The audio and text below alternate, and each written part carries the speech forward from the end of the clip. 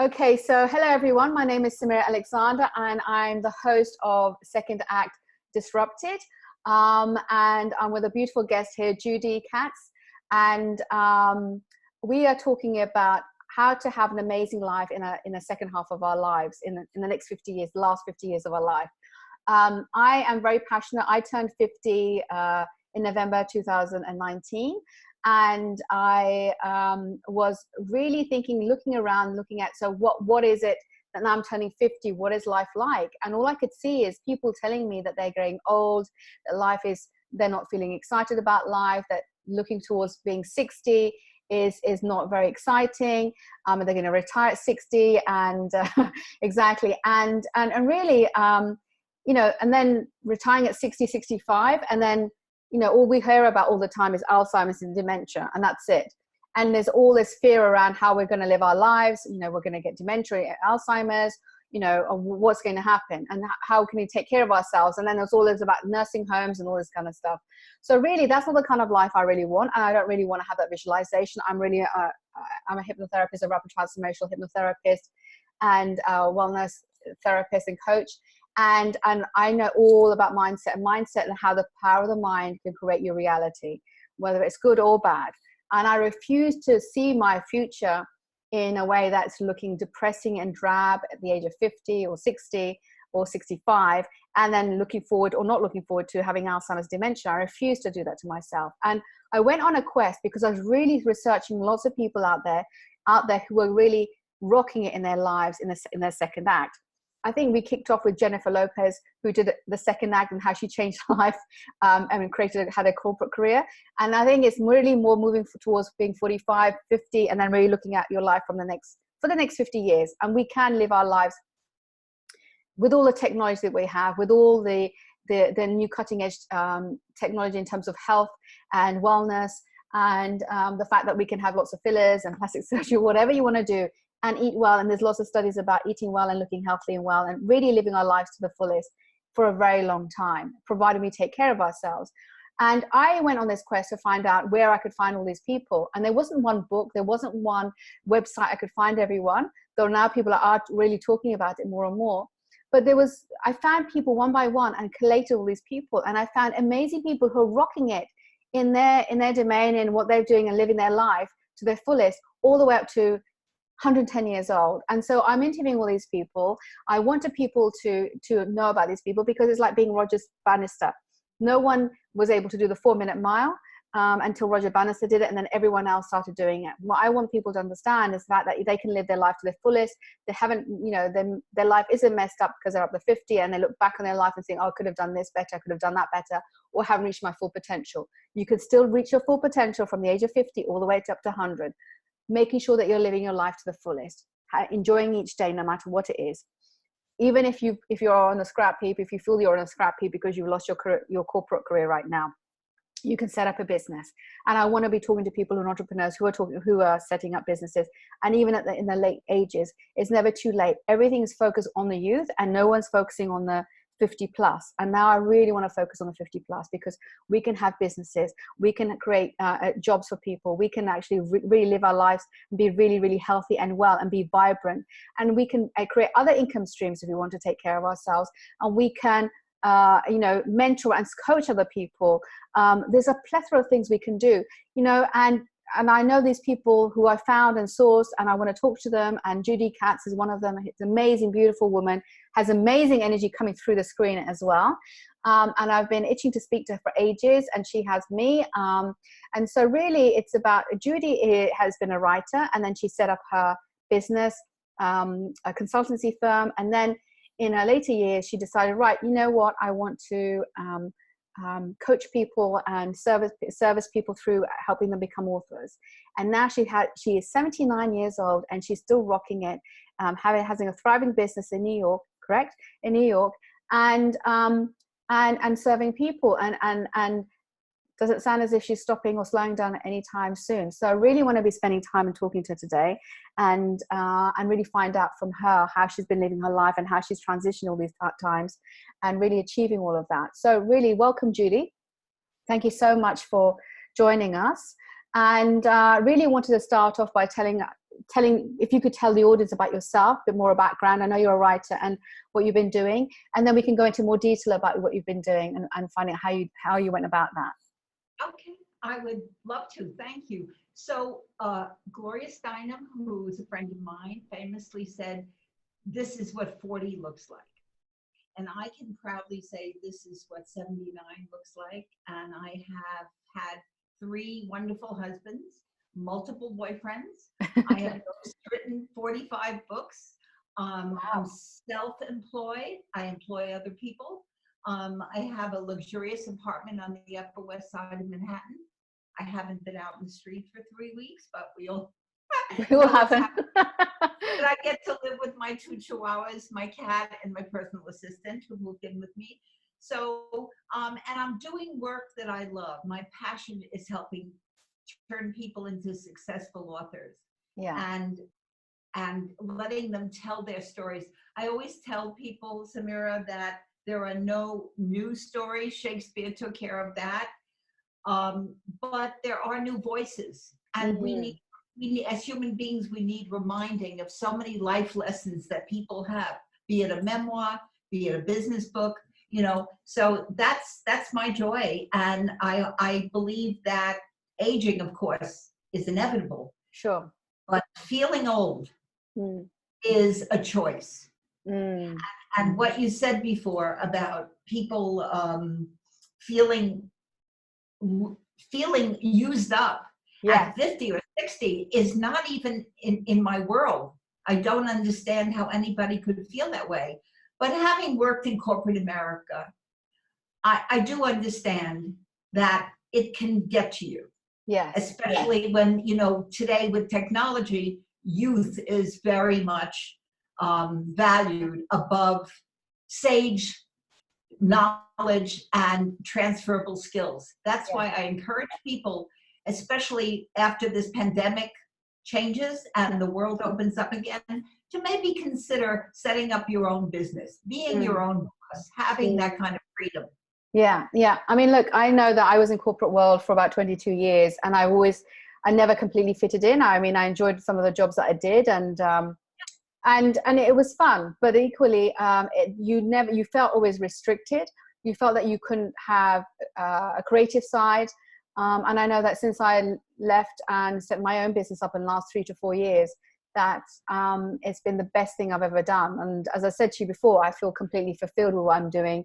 I can really hand on heart say that. And I remember the times when I was in the UK, and I used to be on there's a particular train line and a particular station called Clapham Junction, which is South London, and it's a very famous train station. And we'd always be on this train stuck on the track just before we had to pull in because the train lines were so busy. And I'd be standing under somebody's armpit in the summer, and I'm thinking there has to be more to than life than this, right? And that's when my transition happened, when I wanted to move abroad. And then the other times have been when I have been in corporate, and you get enough, you get tired of the same people trying to pull the same strings, the same bosses. You're trying to play those funny games. Let me say one thing about corporate, which is, to me, the worst part of it, besides the fact that you always feel insecure, even when you're doing a great job, is that you're sort of put in a box to do certain things, whereas when you are your own boss, you do everything. Exactly. Yeah. Exactly. And so it's modern day Fordism, isn't it? Because Fordism was in the car factory, where basically each person had one particular skill and they would do that particular skill. Corporate America now, or corporate generally, is that, you have the particular skills and you can only do that. There's no extra even you had some creative side, you're always kind of pushed down. Some people may have the opportunity to be more creative and suggest ideas, but generally I don't feel that. When maybe on a certain level you may not be able to come up with the ideas, or it's always poo-pooed. Do one thing. Exactly. Do that one thing. Exactly. And then that can be stifling, right? And then also, as you said, you're always feeling insecure because it's never enough. You're always meant to feel most companies, there are some companies out there who've changed their tact, but it's really all for fear driven, isn't it? There are factors that are beyond your control. Somebody else is controlling getting the clients, the money, how it's spent, all those things. So, it isn't easy to get new clients. You have to be Yes. networking. You have to be out in many different ways, social media, traditional media. Um, but your fate is in your own hands. And I personally love that. Yeah, And I totally agree with you. I think it makes it exciting. It may not be for everyone, but I think it makes it exciting. And it's about learning to be resourceful and actually finding ways to, you develop more skill set. I certainly know that I've grown so developed more so, and in the last 3 years than I have, than I know some of the people have in the company that, my previous company. But also I know that if I carried on staying, I don't think I could have, I could have carried on staying there anyway, but even if I stayed, I would not have learned and developed as a person like I have now. So I'm much more well-rounded. So, if there is an opportunity, as you suggest, if people can set up something else, and a lot more people now, because of the technology at the moment, you can create things on the side. So you can generate that extra income, or if there's a safety net that you're actually creating for yourself on the side, so you're not completely transitioning from one to the other just automatically, right? I So want to make a point that age, advanced age, if you will, is a real plus when you're a consultant, Mm, and not so much in corporate America, because mm, and then you can sell yourself to people for what they really need, for the kind of life experience and advice and yes. objective, viewpoint that you can bring to their lives in many different ways. I know that in ghostwriting books, it takes a skill set to be able to write in other people's voices and Yes. to understand what very often people come to me and the book they want to write is not the book they should write. Oh, And wow. that's right. And I see that. Wow. Okay. So that's really interesting. I really want to delve more into that and your writing. But just coming back to the point where you were writing for a number of magazines as you were working in Right. corporate, and then what happened that you decided to then set up a company? How did you get to the point where you felt that you wanted to set up the PR company? Well, I was PR director for Madison Square Garden Yeah. um, for 3.5 years. Yeah. And I've had 10th cousins asking me for Ranger playoff tickets. After a while, it got tiring. But that was very, very exciting. And I really learned how to be a publicist on the job. Yeah. And then I became the PR director for the New York March of Dimes. I set up the Readathon and many other programs. Meanwhile, I wrote McGraw-Hill for several magazines. Yeah. And I realized that I was really good at PR, Yeah. getting people on shows, and why shouldn't I do it for myself? So I set up a firm, Katz Creative, in Midtown, New York, Mm-hmm. and I wound up eventually with 14 people working for me.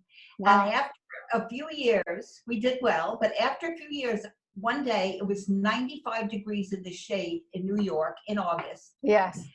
15 years ago. And I realized I was being everyone's Jewish mother. I wasn't writing. Everybody had a tragedy, a drama, and I was more a psychologist than a writer. And so I came to my beautiful air-conditioned, spacious apartment, and I said, what can I do that I'll get well paid for? I can work alone. Of course, I don't work alone so much anymore, being a crazy type A, but that I can do well and work from home.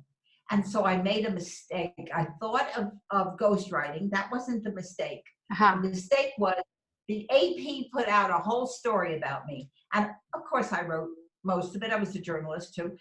And it said, woman of a certain age, because I was 65 then, transitions to ghostwriting, your life as a book, a movie. And people from all over the country called me. Now that would seem like all over the country. Now, that would seem like a good thing, Judy, right? Yes. No. Because even though the article said that I did it as a business, every one of them would tell me their story. Yes. And And then when I got to money, they'd say, pay, wait. So they wanted me to write the book that they couldn't write, put them on Oprah, make it a bestseller, and then they were going to throw me a piece of the lottery ticket I just gave them. So I went to a PR client and I said, you need a book. Why? Well, it's the ultimate marketing tool. And she calls it her $8 million book. Wow. Wow. So yeah, we sent the book to CEOs with a cover letter, which is a good thing. It's a door opener, and the phone started ringing, and it never stopped. So I got a recommendation to the next one and the next one. I've worked with celebrities and rank and file people, and have all kinds of stories to tell, and it's just been the most extraordinary journey. Wow, that's incredible. And I love ghostwriting. So you're actually a storyteller. So you're, when you're ghostwriting, creating writing stories. So, but you're, because storytelling is a big thing in marketing, right? At the moment, there's a big thing in a lot of people. So a lot of people who now I speak to and work with, or who are the kind of people I understand and know, they're transitioning. They're people who have been in corporate and they want to set up their own business. A lot of them can be coaches or therapists, or have online businesses in terms of products. And they want to be on the TED Talk. They want to be on a speaker circuit. They want to change the world. Exactly. So everyone's got, now a lot of people are kind of activated to, and maybe it's part of the reset, or maybe there's been a new change in world order, perhaps, in the last couple of years. Because more and more people are now telling me that they're feeling unfulfilled in their corporate jobs. They want to go and do something different. It's not even before they have to retire. There's then the feeling that they feel that they're not getting what they're doing. It's not exciting enough for them. They're just getting the paycheck. And these are people who are being paid very well as well. And they're getting paid, and it's just a paycheck to paycheck, and they're not feeling fulfilled, not reaching their full potential. And they've always had this dream to go and change the world, or have an impact of some sort, to make a difference and help people. And the more and more I'm coming across this, and I think definitely now with what's happening at the moment with COVID-19, that we're going to find more and more people wanting to do that. And really, because it's an opportunity. Of course, we've had to be on lockdown because an opportunity to in a reflection, to really think about, is this really what I want to continue to do? The thing is that there are things that we're never going to be in control of. And there are people in the corporate world, this is a perfect time for anybody who's ever thought about writing a book, and particularly having your own business. A book sets you up as an authority. Yes. And having the advantage of time right now, people can either sit down and journal and put something together, or they can work with a collaborator, someone like myself, who can either ghostwrite the book or edit the book for them. Yeah. The other thing I do that's unusual, I think, is, because we're a one-stop shop, is I can also promote the book. I get it published and I get it promoted. And that's very important too. Of course. I have people come to me who've written a book. They've written a book and they put it on Amazon. And then they say, I spent 2-3 years writing this book, Judy, and nobody's buying it. Oh my God. And I say, well, what did you do to market your book? And you know what they say? Huh? Market? And I'm like, well, would you open a retail store, spend a fortune to renovate it, and not advertise, and then on opening day, pray that people come in? You know? So a book is a business. You really have to also market it. And, the other thing is publishing is in trouble right now, like a lot of industries. So that's why there are so many self-published books, and a lot of them, even best-selling authors, are self-publishing their books, because you can have a book you keep, within a few months instead of a few years, and you keep all the money. Exactly. And I've heard a lot about that. And I really do want to talk about self-publishing. That's a really important point that you've just made here. But before I ask those questions, I just want to understand your mindset, because you were doing really well. You're working for Madison Square, you're a PR and things. And then you decided, I can do this for myself.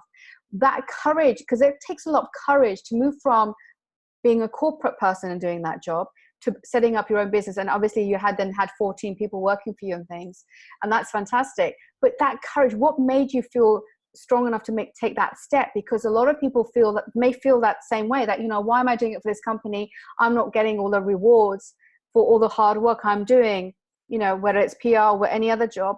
Yet, and they've always wanted to go and set up on their own, but they're too scared to do that. Well, let me say this. Yeah. I don't want to sound elitist, and I also do understand that people who live from paycheck to paycheck may not find it as easy to do what I did. I had some savings. Yeah. I had a husband. You know, I did well. He did well. My daughter was 28. She was on her own. Okay. I owned my own free apartment. So I was able to take a chance. You know, still I had to go out and convince people to work with me. And also, I'm on the high end. I'll be honest. When I'm on the high end of what I, you know, ask people for. And when people tell me that there are ghostwriters who charge significantly less, I don't argue. I mean, there are. And I just say, well, a Timex tells time and a Rolex tells time. And I think in anything you do in life, you should feel you're the Rolex. Of course, absolutely. I think that's a mindset that one should have anyway. That's another point. I mean, people underprice themselves anyway, generally, because they feel that that's the way to do it. But if you don't think you're the Rolex, then and obviously it still has to be fair, but still, you know, it's about the skills, okay? Because you could do it yourself, or you could have somebody do it for you who has all the experience and knowledge and understands all the pitfalls. So that's really important. So, okay, so obviously you felt that you were able to do that because you're in a fortunate position to be able to make that transition.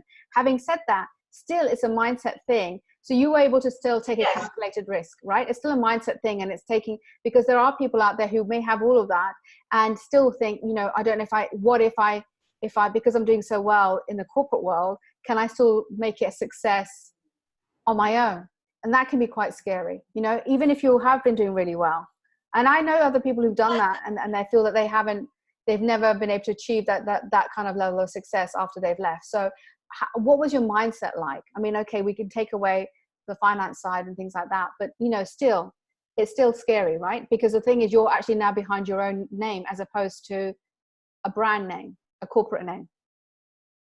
You know, I happen to have wonderful parents and a good upbringing, and I am a glass half full person, and I have a lot of self-confidence. Okay.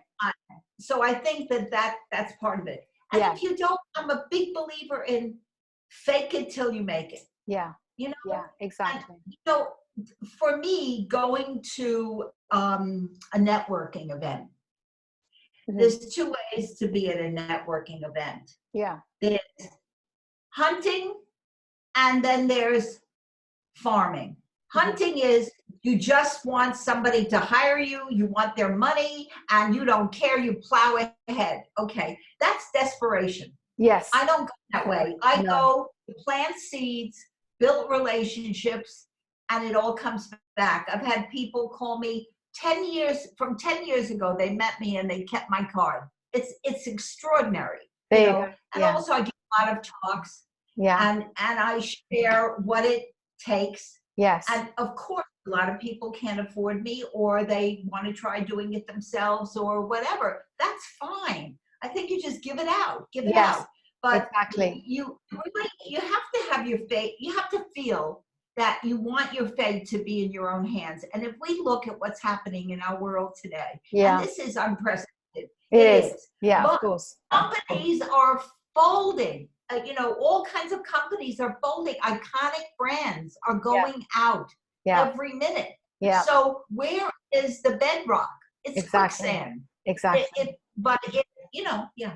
Okay. So no, that's okay. So that absolutely, that's exactly right. And so the key thing, what you're telling me is self-confidence, which I know a lot of people that I know have come across who have businesses or have had businesses and it's been affected for one reason or another, have lost their confidence. So it's really about self-belief and confidence. And I know that through mindset anyway. So you're absolutely right.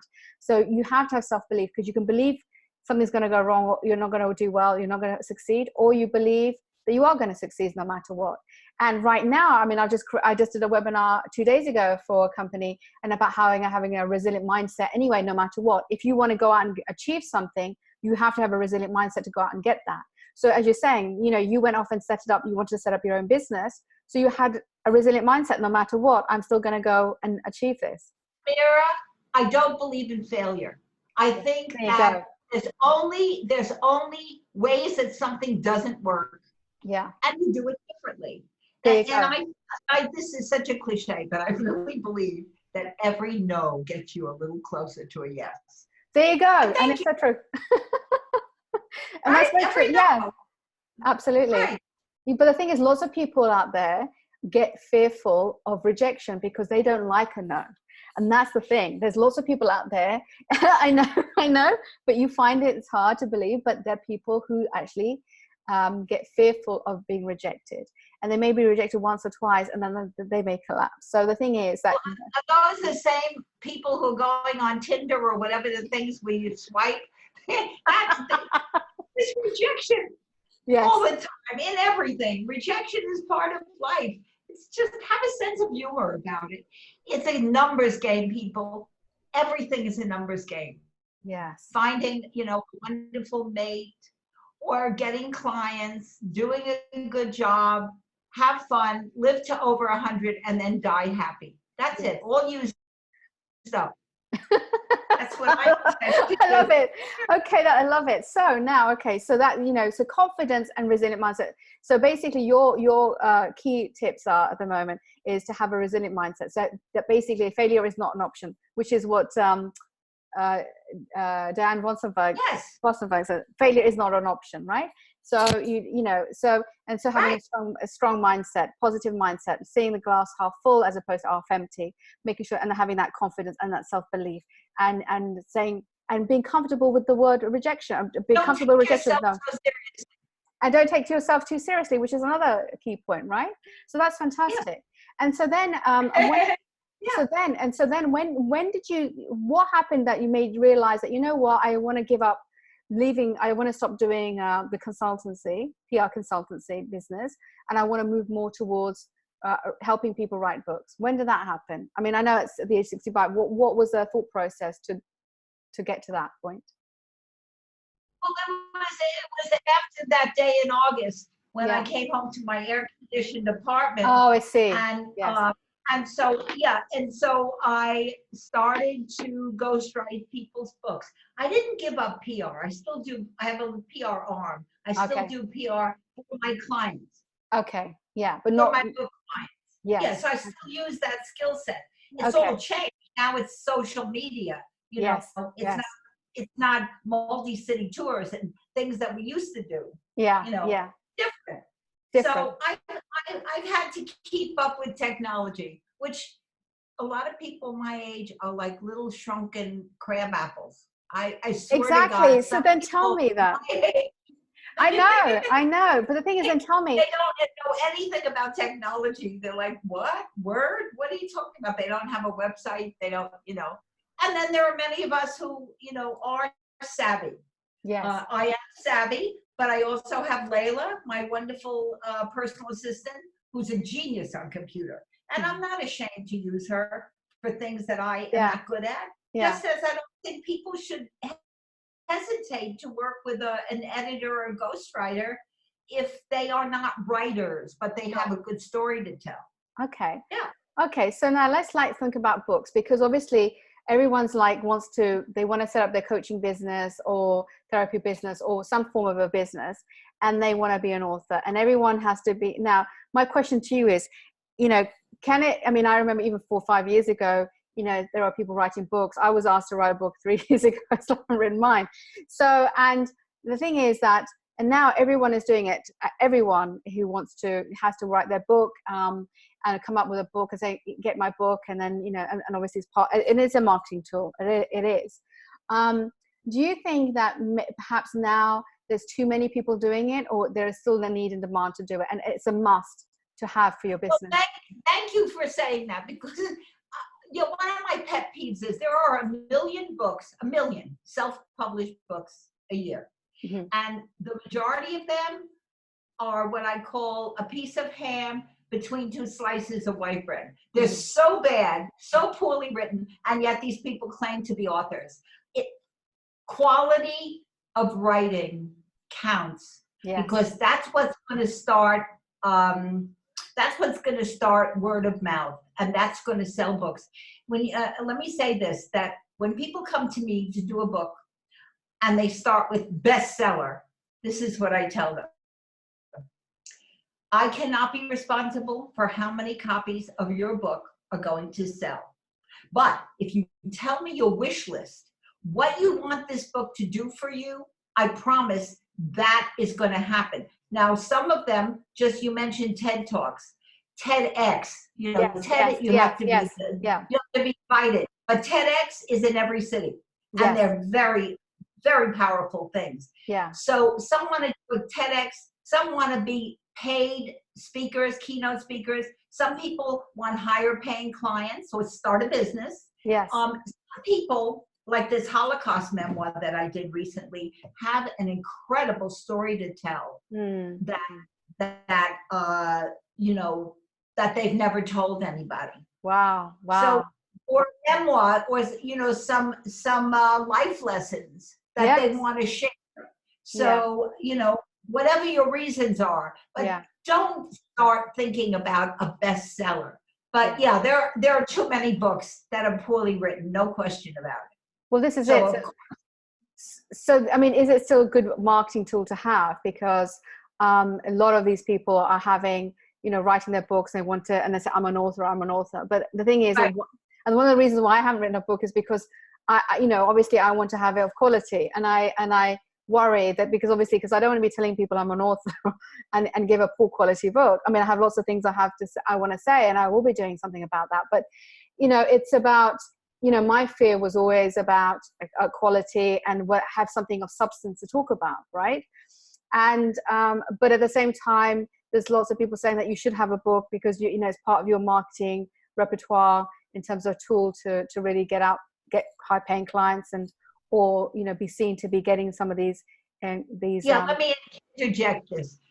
Some people are marvelous speakers. They can get up in front of thousands of people and just be compelling, but they can't write a book. And the reason is it's a different discipline. When you speak, you can repeat yourself. Yes. You should repeat yourself. You tell them and then remind them what you told them. In a book, if you were repetitive, the reader was, didn't she just say that? She thinks I'm stupid. Why did she say that again? So if somebody has written a book and they want it to be really good, they should come to someone like me just to do the master edit. And that can transform a book. You want to get your story in some kind of shape. Yeah. Even if you're not a writer, you know, because I always tell people I have a process to pull out their story, but I say to them, you're the meat and I'm the potato. I'm not a reader. Meat and potato. Okay. So let's start off with people, because obviously there's going to be a range of people who are watching this and what they can afford. If people want to start off writing a book, right? What should they be thinking about in terms of pointers about writing a book first and foremost? What is it? Is it something of their life story? Is it going to be, if they have a business, what they should be talking about in their business? Could it be something about, could you come and elaborate on some of that first so that they can give some people some pointers on that? Well, the first thing that anybody should do, I'm a Google maniac, you know, research. See what other books there are, anything like the book you're thinking about writing. And if somebody's just written something just like it, you know, and you can't do something a little bit different, then maybe don't do it. But if it's a memoir, obviously that's your unique story. You know, I'll give you an example. So this man is a certified financial planner. Okay. We wrote a book together called Who's Got Your Financial Back? Yeah. I'm the queen of titles. So his name is Paul Reback. Who's got your financial back? Conquering all challenges with the right advisor. The point is, he wasn't looking for a bestseller. He wanted to tell his story, how you find the right person. And it was a beautiful, gentle, and I was so taken that I gave him my little pathetic portfolio. And he's now my financial advisor, just telling you, because I was so moved, And so it was this story of book did really well for him because it brought in, he gave it away. He wasn't looking for a million sales, but he gave it away to prospective clients. So all you need is one or two people with a couple of $1 million or whatever. And the next thing you know, you have more than many, many times overpaid for working with somebody like me. So that's one example. Another example is here. This woman, she wrote Our Bodies Ourselves years ago. Oh, wow. This is good. Work, 4 million copies sold. It's a very famous book, Our Bodies Ourselves. And she came to me, she and her husband have a joint consultancy where they work with couples, married or otherwise, who want to work together in a business. And so you and your partner, Inc. And this did really well to build their business. And by the way, I have somebody I work with. We did the cover. I love it.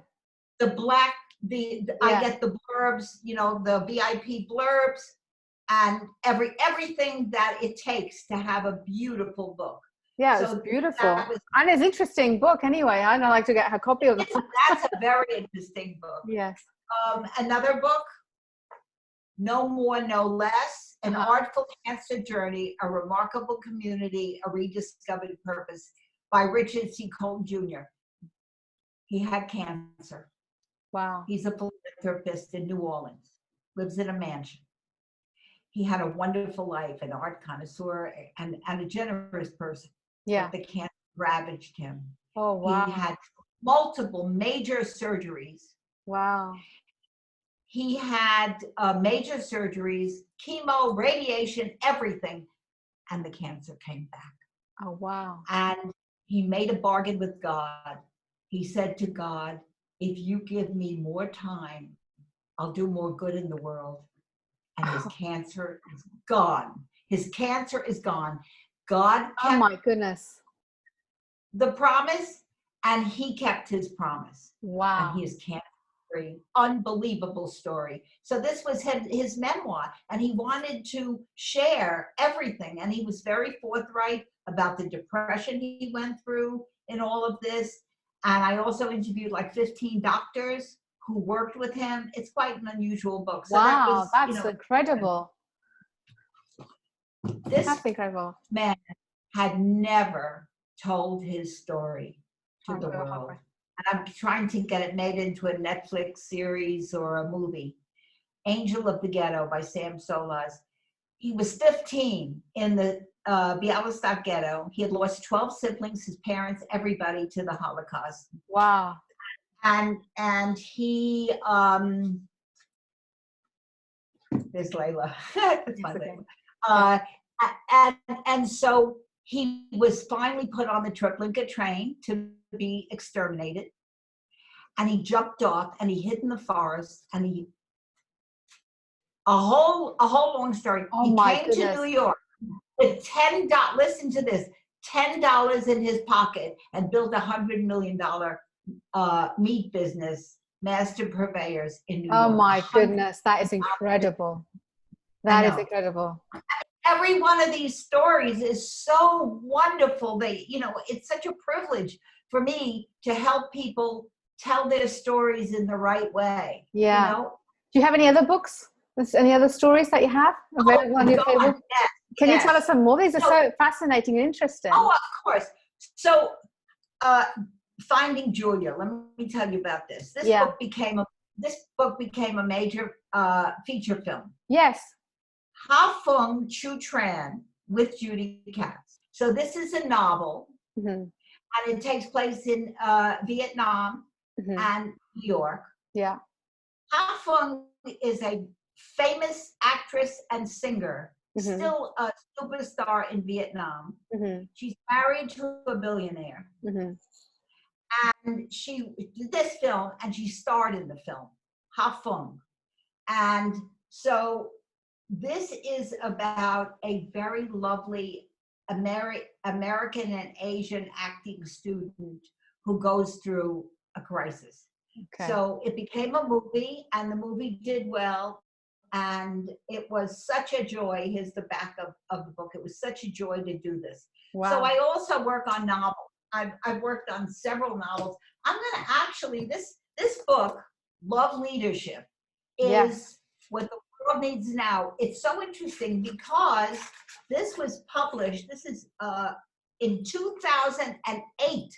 All these books are recent, but this one, I'm going to go to Greg and tell him he should reissue this book for now. He should. Because there has never been, Yes, and I don't absolutely. think he realized that. No, and I think, and can you just tell me more about this love leadership? Because I've just watched a guy called Richard Barrett who talks about values and how leadership should be heart-centered, and corporate America, or corporate in general, we have to shift their way of thinking about leadership.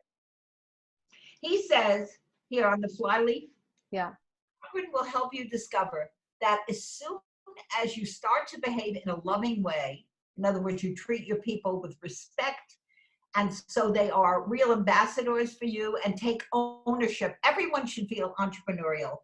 More often than not, you begin to see people responding back in a loving way. From a business perspective, when people act lovingly, fear is driven out, and when that happens, performance improves exponentially. It is so true. It's absolutely so true.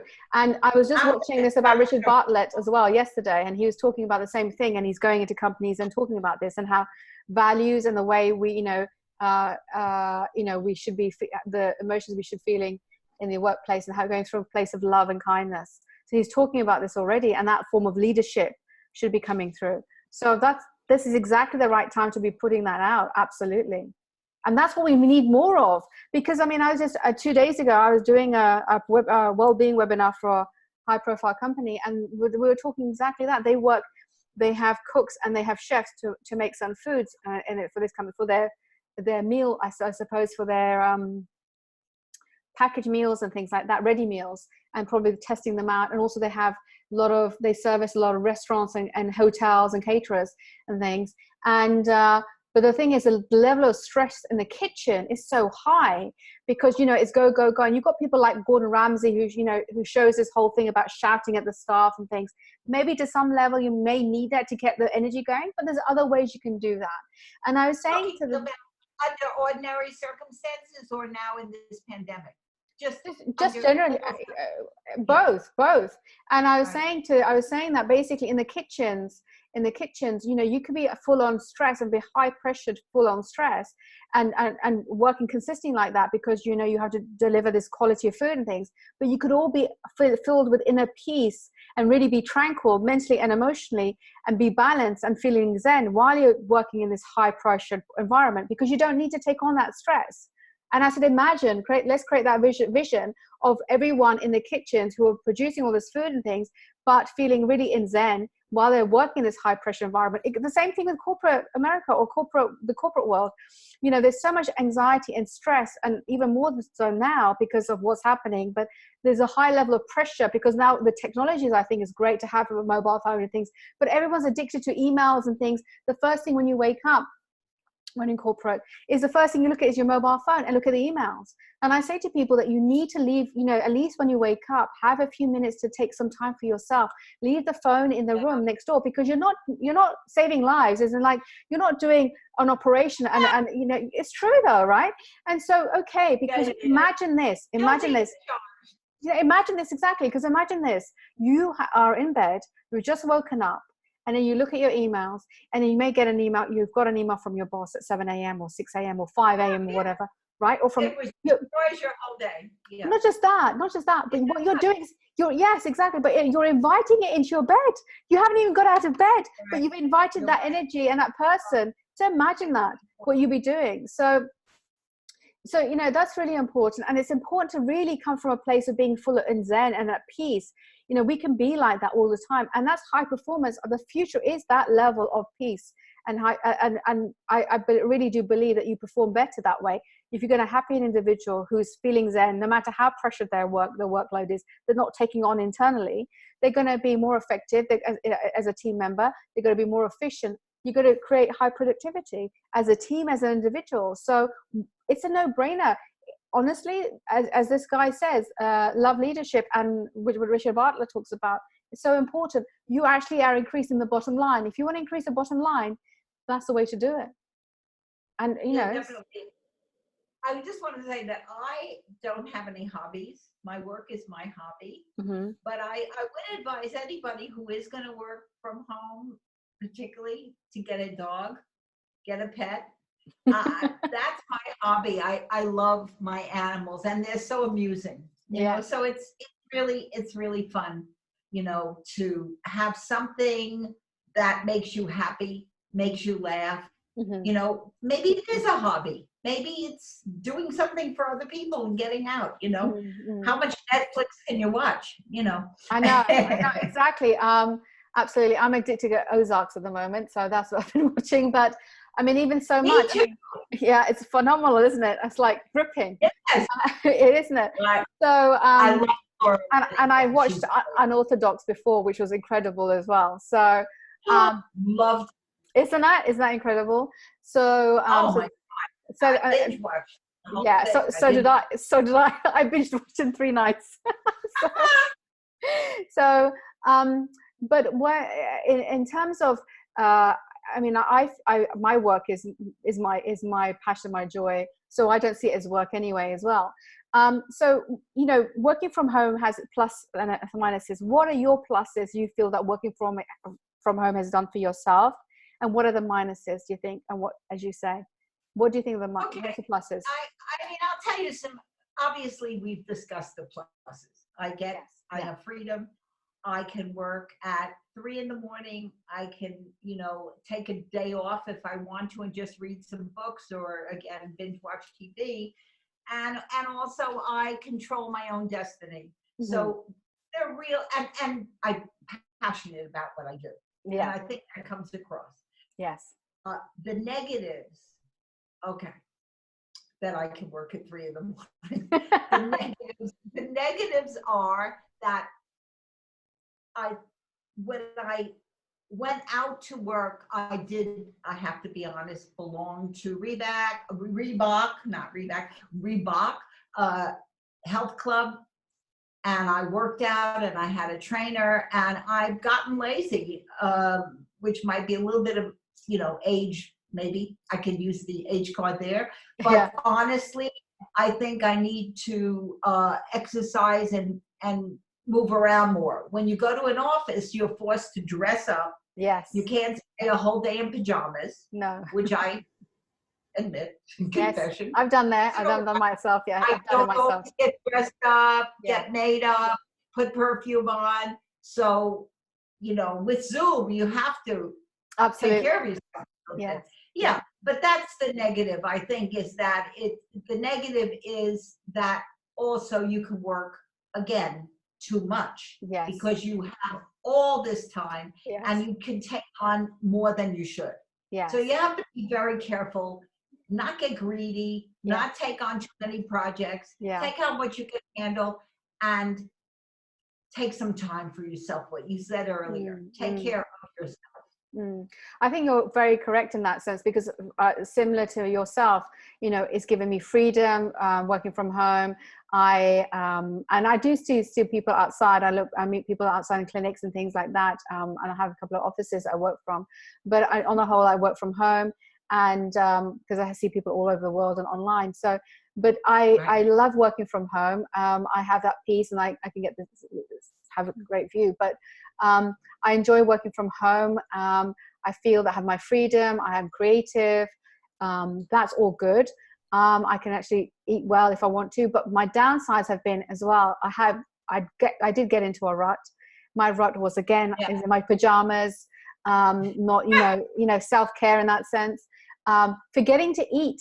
I was forgetting to eat, and it'll be, you know, and I was thinking, oh my God, I mean, I think I have to, and then I was doing that. And you're correct. I was like working like crazy. I mean, literally, I was filling all my time up because I thought, well, I'm at home, so I can do all this work. And it got to a point where it got too much. I think I got so enthusiastic and I'm so passionate, excited about it all, but it got too much. And I think, for me, this pandemic has been a reset for me as well, if I'm honest, to take a back seat and really, you know, I think I needed to slow down, and I was like working like crazy, and it gave me an opportunity. I mean, I've still been working and seeing clients, and I'm doing as much as I can, but I think it's given me the opportunity to really learn to slow down, and you know, and then it's really helped me get my balance back.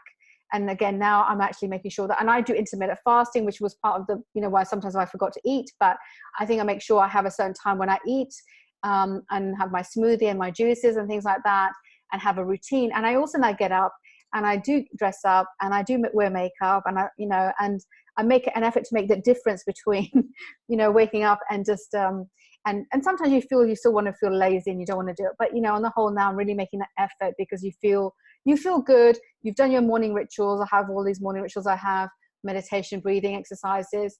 I mean, I would highly recommend Wim Hof's breathing technique, which is phenomenal. You very, very deeply, and it resets your whole body and your cells as well. So it's powerful, and the meditation is extremely powerful. But I think I've had to force myself to really, you know, create that routine, and, you know, to reset myself and to make sure that I am eating healthily and taking care of myself, because you still, even if you're working from home, you still have to have that balance. And I went a bit too crazy on the side of, I was working till 3 a.m., but waking up I was only having about 4 or 5 hours sleep, and then, you know, working like crazy hours. So I think I've learned to slow down and know the difference. So that's from my side as well. I think if you can do that, then but the pluses are, you know, phenomenal. So yeah, I agree with you there. So are there anything else? I mean, obviously you've talked about, you know, having courage and, you know, to believe in yourself to go and do that, having a story, and how having a book is really important, and also making sure that you're, you know, writing a good quality book. You talk about self-publishing. Can you help me understand? Because this is what I wanted to understand, because the publishing houses and then the self-publishing, what is the difference and what was happening there? And I think more and more people are going into self-publishing, but is it good to do, or is it, and where can you help people, and how can you help people? And do you have different ways that you can help people who, on the affordability scale, or you know, there's people who will say, listen, I want to come and see you, I want to write this book, can you be my ghostwriter? To the point where, you know what, I just have I have an idea of a book, or I've written something, can you give me some pointers? I may not be able to afford yourself at the Rolex level, but could I still afford some of your services? And can you tell us more about that? Yes, I would love to. That's a really big topic, self-publishing and traditional publishing. Mm-hmm. As far as working with me, yes, I have other writers that I know are really good, and some of them are young and really willing to work for significantly less. And then what happens sometimes is that I come in and do that master edit that changes everything. So that makes it a fraction of the cost. Okay, you know? There you go. Yeah. And yeah, so self-publishing is not the stepchild anymore, because in the US, Borders had hundreds of stores. They're gone. All the Borders stores, they went bankrupt. They're gone. Yes. They're all gone, have they? Our Borders completely gone now, because we have a Borders. Okay. Wow. Well, there are no Borders. And Barnes and Noble is retrenching. There are fewer stores, and people are buying online. Yeah. So here's how you get a traditional publisher. You have to get a literary agent.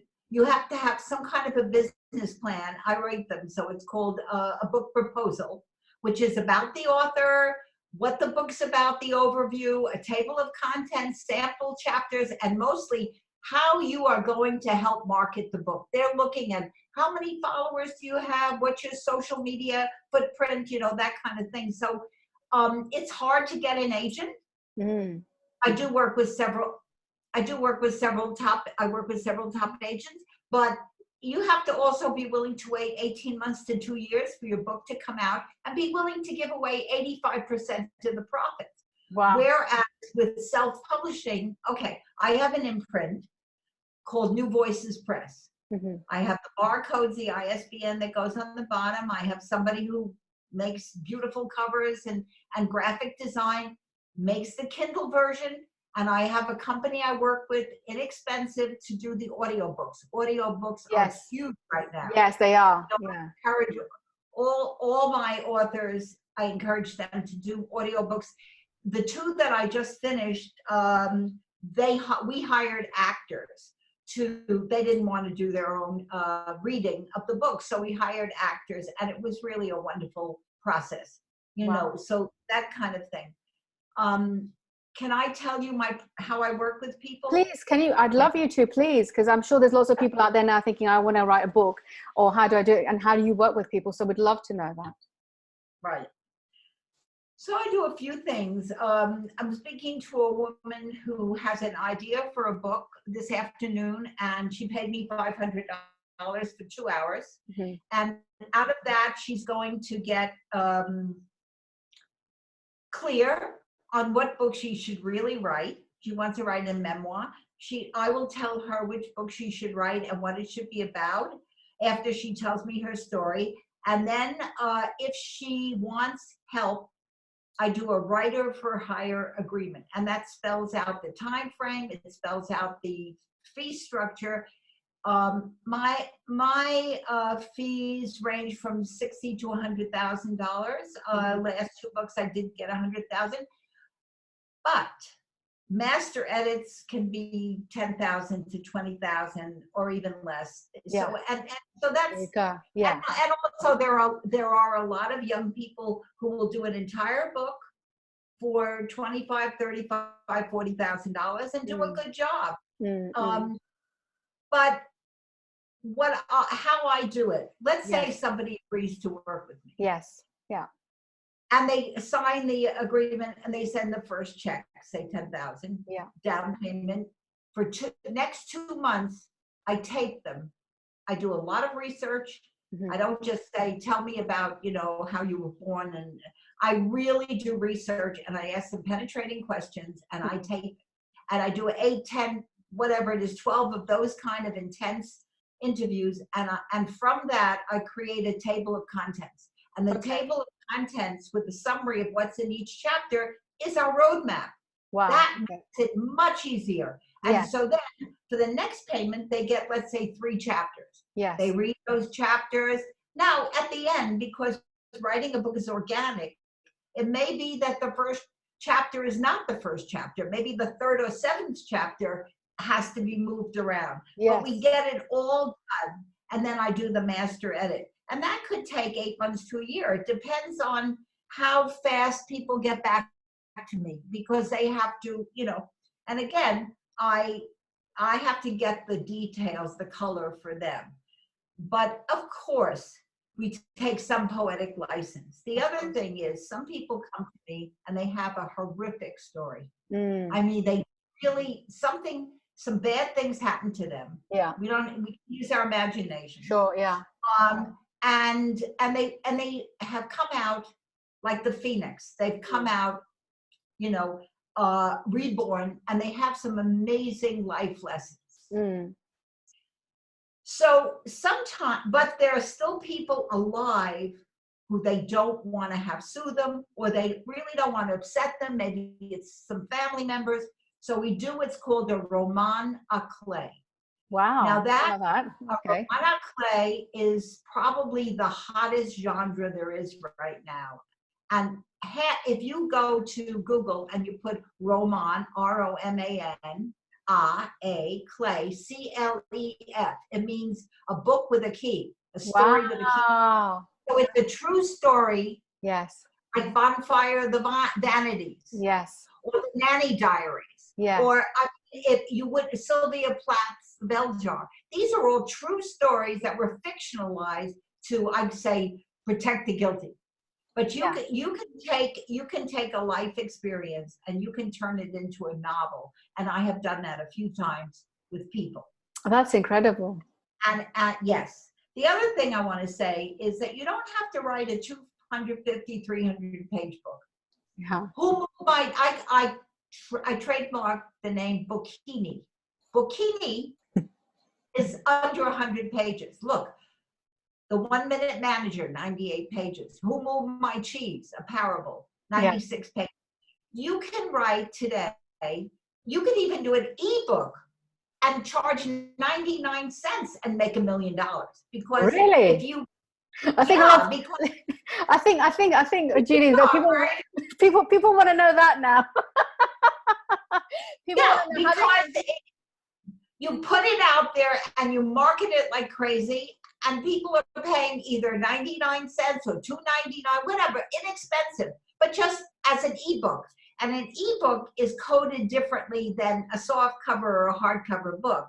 It has no back cover. It's got a front cover, and then it goes on your, on your cell phone or whatever electronic device you read on. But it's got to have an incredible title, and it's got to be really well written tight. Mark Twain famously said, he wrote to a friend, "If I had more time, I would have written you a shorter letter." It's like GE had a saying, GE brings good things to life. Some advertising guru got $1 million to come up with those few words, So less is more, but I would love to read you something. This book that I work with, this is a best-selling book. It's called Creating We, Change I Thinking to We Thinking, and Build a Healthy, Thriving Organization. Yeah, that's brilliant. So here's what she wrote. I'm just into my horn a little bit. No, you're not. I love it. I'm absorbing all of this. Firstly, I'm still stuck on the ebook and making $1 million because I think a lot of people are thinking about that. We'll go back to that. You have to have a real strong topic, something very timely, and this is a good time to write something like that. Yes, exactly. She wrote, many of us think we have books inside us, and we either find a way to put the words to paper or we just dream about doing it. Yes. There are a few people who I want to acknowledge who were pivotal in my book writing journey.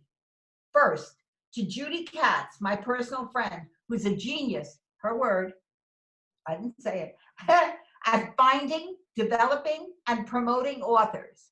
Without Judy, I would have lived only with my hopes and dreams of writing a book. When my words were good enough, she introduced me to Al Zuckerman, who became my agent. Now, let me tell you about Al. He's one of the 3 or 4 top literary agents in the country. Wow. He has Michael Lewis. He had Stephen Hawking. He's had Ken Follett for 55 years. He's written his own several blockbuster books, and How to Write a Blockbuster Novel is a very famous book that everybody reads. And he's my friend, and I brought him a few books. So there are times when going to a literary agent makes sense. Yes. And other times when entrepreneurial publishing, makes sense. And as far as doing an ebook, look, people, it's like Think and Grow Rich. Yes. There are such opportunities now with this terrible, unprecedented pandemic that are in. Everybody is feeling insecure. Everybody is wondering, where's the light at the end of the tunnel? So if you have an idea and you can comfort people and you can inspire people and you can give them some hope and some direction, and you put it into 60 pages, 70 pages, 90 pages, and then you put it out there inexpensively, and then you tell people about it, wahoo. Wow. There you go. There you go. I can't guarantee you'll make $1 million, but if you have a global platform. Absolutely. Yeah.